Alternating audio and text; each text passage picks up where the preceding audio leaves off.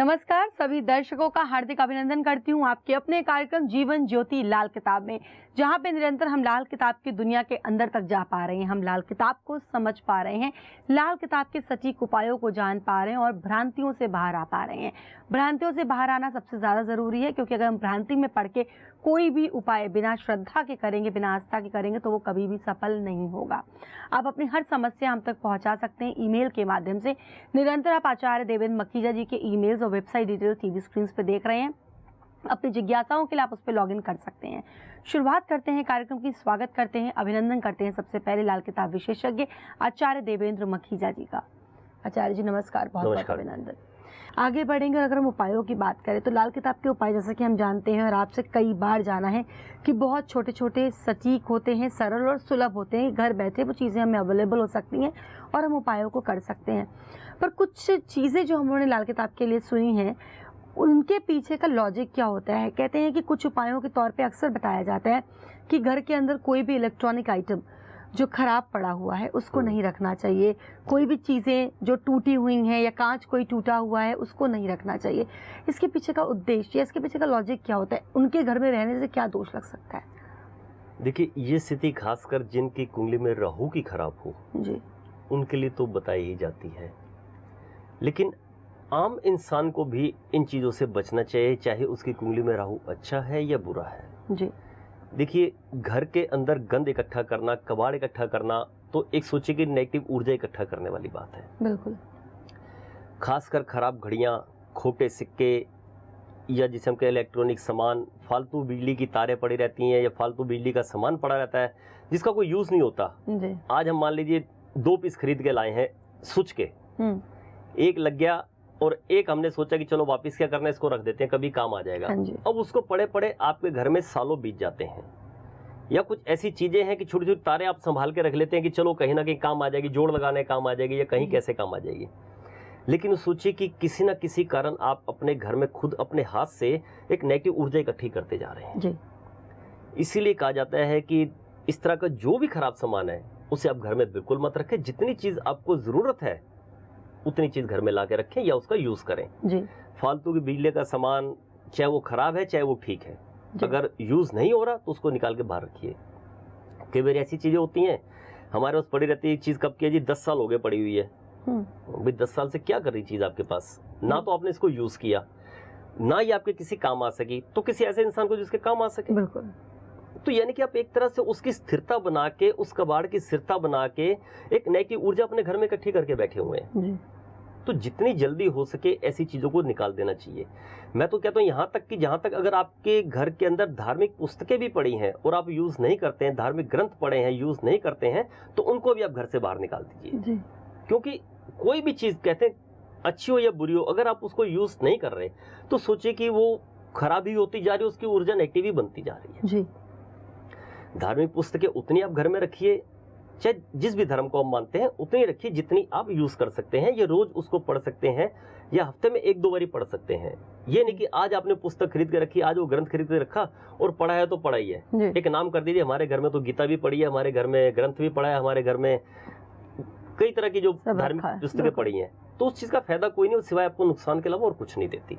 इसीलिए एक लॉजिक कह लीजिए, तर्क कह लीजिए कि नेगेटिव ऊर्जा से बचने के लिए कहा जाता है कि इन चीजों को आप घर से निकाल दीजिए। बिल्कुल, यानी कि नेगेटिविटी जो है वो दूर हो जाए और जो आसपास का वातावरण है वो शुद्ध हो सके और बैलेंस कर सके। फिलहाल रुकेंगे यहाँ पर एक अंतराल के लिए, आप सब बने रहिए हमारे साथ। आपकी पूरी जिंदगी की कहानी ग्रहों की जुबानी, दुखों से दूर खुशी के पास, आपकी हर समस्या का समाधान जीवन ज्योति लाल किताब के पास। अपनी पर्सनल जीवन ज्योति लाल किताब फाइल बनवाने के लिए संपर्क करें। जीवन ज्योति लाल किताब फाइल का मूल्य है मात्र 2100 रुपए।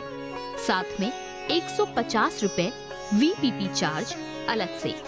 अधिक जानकारी के लिए संपर्क करें 011-6474-3636 और 011-6455-655। आप आचार्य देवेंद्र मखीजा जी से व्यक्तिगत रूप से मिलने के लिए संपर्क कर सकते हैं 09818971602 और 09560610766 पर। आप हमें SMS भी कर सकते हैं SMS करने के लिए टाइप करें LKJ और उसे भेज दें 56161 पर। हमारा पता है Sharbati complex, first floor, office number 20, near Lakshmi Narayan मंदिर, ज्वालाहेड़ी मार्केट, पश्चिम विहार, नई दिल्ली। कॉन्टैक्ट 09560610766 और 09818971602। हमारे लैंडलाइन नंबर्स हैं 01164743636 और 01164555655। हमारी वेबसाइट है www.lalkitabsolutions.com। हमारा ईमेल आईडी है lalkitabsolutions@gmail.com। लाल किताब सीखने के इच्छुक सज्जन संपर्क कर सकते हैं। नए बैच दिल्ली में शुरू होंगे। इस ज्ञान की फीस मात्र 21,000 रुपए होगी। एक बैच में 15 सज्जन होंगे। ज्यादा जानकारी के लिए संपर्क कर सकते हैं 09560610766 और 09818971602 पर। दोस्तों, एक खास बात, जिन दोस्तों के घर में बेटी का सुख तो है मगर पुत्र संतान का सुख नहीं, उनके लिए आचार्य DK मखीजा जी आपकी कुंडली के अनुसार विशेष परामर्श देते हैं केवल पुरुष सज्जन को। जो सज्जन पुरुष मिलना चाहते हैं वो अपॉइंटमेंट लेकर मिल सकते हैं। हमारा मकसद सिर्फ आपको टेली शॉपिंग की तरह जीवन ज्योति लाल किताब फाइल बेचने का नहीं है। हम चाहते हैं कि हर इंसान अपने कष्टों और मुसीबतों को किस तरह कम कर सकता है, उनमें कैसे आराम पा सकता है, ये हमारा उद्देश्य है। जब जीवन ज्योति लाल किताब फाइल आपके पास आ जाती है तो उसे पढ़कर जो भी जानकारी और लेना चाहते हैं उसके लिए आप सीधे मखीजा जी से बात कर सकते हैं। दोस्तों, लाल किताब कहती है दुखों से दूर खुशी के पास, आपकी हर समस्या का समाधान मेरे पास। दोस्तों, जीवन ज्योति लाल किताब फाइल आपके जन्मदिन, जन्म समय एवं जन्म स्थान के हिसाब से गहन अध्ययन करके तैयार की जाती है, जिसमें बताया जाता है कि आप पूरी जिंदगी क्या करें और कैसे कैसे इंसानों से आप दूर रहें, किसकी पूजा पाठ करें, कौन सा दान करें जो पूरी जिंदगी आपको तरक्की दे। मन मर्जी से किया गया पूजा पाठ, दान पुण्य भी आपके तकलीफ, नुकसान का कारण बन सकता है। जीवन ज्योति लाल किताब फाइल आपको बताएगी कैसी कैसी तकलीफें, रोग, कष्ट, दिक्कतें आपकी जिंदगी में आ सकती हैं और इनसे कैसे बचा जाए।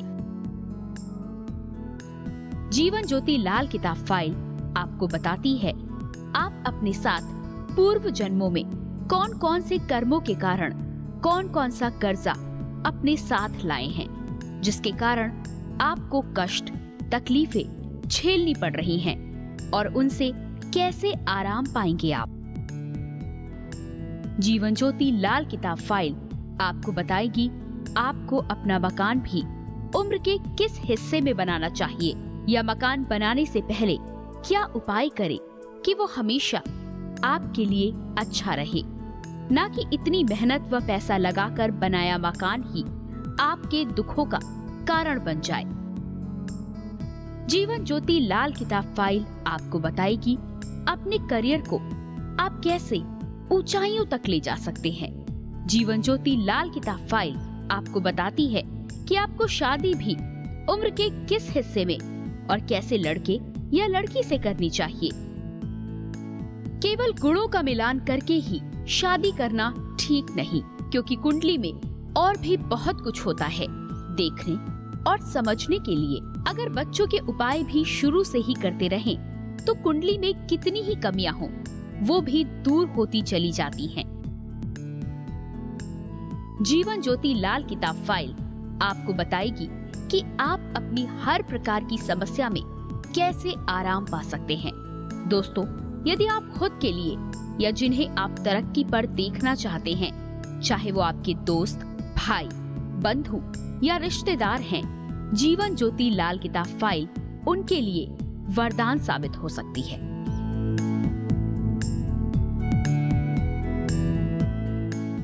इस अंतराल के बाद पुनः अभिनंदन सभी दर्शकों का आपके अपने कार्यक्रम जीवन ज्योति लाल किताब में, जहां पे आप सभी को पूर्ण मार्गदर्शन प्राप्त हो रहा है, प्रदान किया जा रहा है आचार्य देवेंद्र मखीजा जी के माध्यम से। अगर आप उनसे मिलना चाहते हैं, अपॉइंटमेंट्स ले सकते हैं, नंबर टीवी स्क्रीन पे है। और साथ ही साथ अगर आप सीखना चाहते हैं लाल किताब ज्योतिष को, तो लगातार आपको बता रहे हैं कि प्रारंभ होने जा रही क्लासेस के लिए आप रजिस्ट्रेशन करा सकते हैं, अपॉइंटमेंट्स ले सकते हैं। 22 जुलाई 2012 से क्लासेस प्रारंभ हो जाएंगी। डिटेल्स आपके टीवी स्क्रीन में निरंतर फ्लैश हो रहे हैं। साथ ही साथ 4 और 5 जुलाई 2012 को आचार्य देवेंद्र मखीजा जी मुंबई में उपलब्ध रहेंगे। वहां पर उनसे मुलाकात करने के लिए भी आप सभी अपॉइंटमेंट्स ले सकते हैं। नंबर्स टीवी स्क्रीन पे वही हैं जिन पे आप अन्य जानकारी को प्राप्त करेंगे।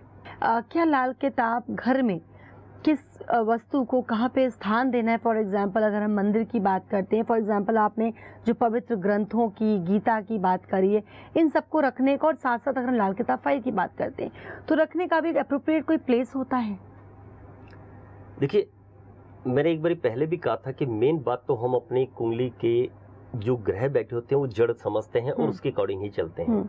लेकिन फिर भी कई चीजें ऐसी जरूरी होती हैं कि जिनको हम वास्तु के अनुसार कह लीजिए या उस दिशा के अनुसार कह लीजिए जिस दिशा में उस चीज का वास होता है। जी।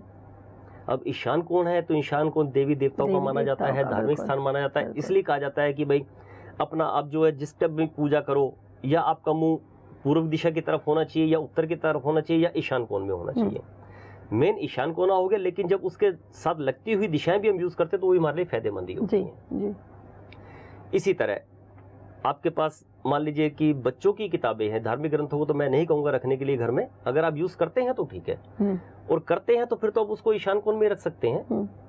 अब जैसे बच्चों की कई बुक्स होती हैं और अपना 1 साल बीत गया, 2 साल बीत गया, लेकिन अभी हो सकता है भी इसमें से कोई चैप्टर जरूर पड़ जाए, या हो सकता है, तो ऐसी जितनी बुक्स होते हैं उन्हें आप दक्षिण की दिशा के साथ में रखें, यानी दक्षिण की दीवार के साथ रखें, वो आपके लिए ज्यादा अच्छा रहेगा।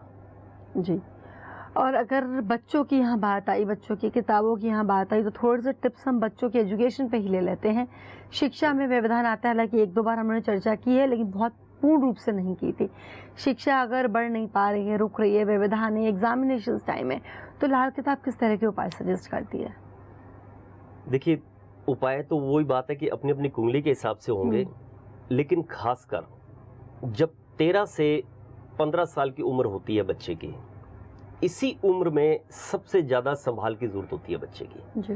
क्योंकि इस टाइम एक मेन दशा जो है केतु की चल रही होती है जी। जो बच्चे के पैरों में और सिर में सोचिए कि एक फतूर कह दो या चक्र जो है वो लगा देता है। अब इसी उम्र में कभी जिंदगी में प्रैक्टिकली में आप देख लीजिएगा निधि जी कि जो बच्चे 13 से 15 साल की उम्र तक अगर संभले रहते हैं या माँ बाप उनको अच्छी तरह गाइड कर देते हैं जी। तो सोचिए कि वो आगे हमेशा के लिए तकरीबन अच्छे ही हो जाते हैं। 13 से 15 साल की खास उम्र होती है बच्चों के लिए, चाहे वो लड़की है चाहे वो लड़का है जी। यही उम्र उनके बिगड़ने की होती है और यही उम्र सोचिए कि उनके संवरने की होती है। यहाँ पे हम अगर बच्चों को थोड़ा प्यार से दोस्ताना व्यवहार करके उनको समझा के रखें, फालतू घूमने से, फालतू की बातों से थोड़ा सा बचा के रखें, तो सोचिए जब वो ये उम्र पार कर जाता है 15 साल की, तो उसके बाद हर बच्चे के साथ कहने की जो दशा शुरू होती है वो गुरु की दशा शुरू होती है। यानी कि जब बच्चा इस पड़ाव को पार करता है तो उसके बाद उसको मेन संभालने वाले गुरु होते हैं जी, जी। तो वो सोचे कि अपना एक अच्छे रास्ते पे ही चलता चला जाएगा। बिल्कुल, यानी कि कदम कदम पे हम ये देख सकते हैं कि हमें कब क्या करना है, हम फॉलो कर सकते हैं। लाल किताब की फाइल्स के पन्नों को पलट करके देख सकते हैं, लेकिन पलट करके देखने से तात्पर्य ये बिल्कुल नहीं है कि सिर्फ एक झलक देखी और उसके बाद बंद कर दी। आप ये समझिए कि अनुभव आपको क्या बता रहा है, आगे बढ़ते समय आपको पहले किन सावधानियों को बरतना है। फिर यही कहूँगी कि आप सभी अपॉइंटमेंट्स लीजिए, अपनी पर्सनल प्रॉब्लम को एक बार बैठ करके फेस टू फेस डिस्कस करिए, पूर्ण अपनी कुंडली का विवेचन कराइए। अपॉइंटमेंट्स ले सकते हैं, नंबर तुरंत टीवी स्क्रीन पर फ्लैश किए जा रहे हैं। आचार्य जी, आज के लिए चर्चा को हम यहीं पर विराम देंगे, समय का संकेत मिल चुका है। आप यहाँ पर आए, हमेशा की तरह अमूल्य जानकारी दी, उसके लिए बहुत बहुत धन्यवाद। नमस्कार।